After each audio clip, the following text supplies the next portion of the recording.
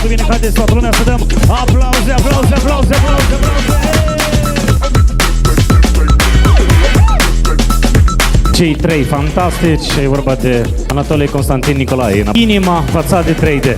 Decernarea premiilor pentru partenerii care sunt alături de fațade 3D. Buga Gheorghe, Nagriniac Octavian, Supraten David Mihai, Baciu Denis, Guban Ion, Kvasniuc Alexandru, partener fațade 3D, Dilimarski Vadim. Continuăm cu experții de la fațade 3D. Cotruță Iurie, Rotari Corneliu, Postica Ilie, Hâncu Mihail, top manager fațade 3D, Candu Vlad, Candu Constantin, Candu Anatolie, Candu Nicolae.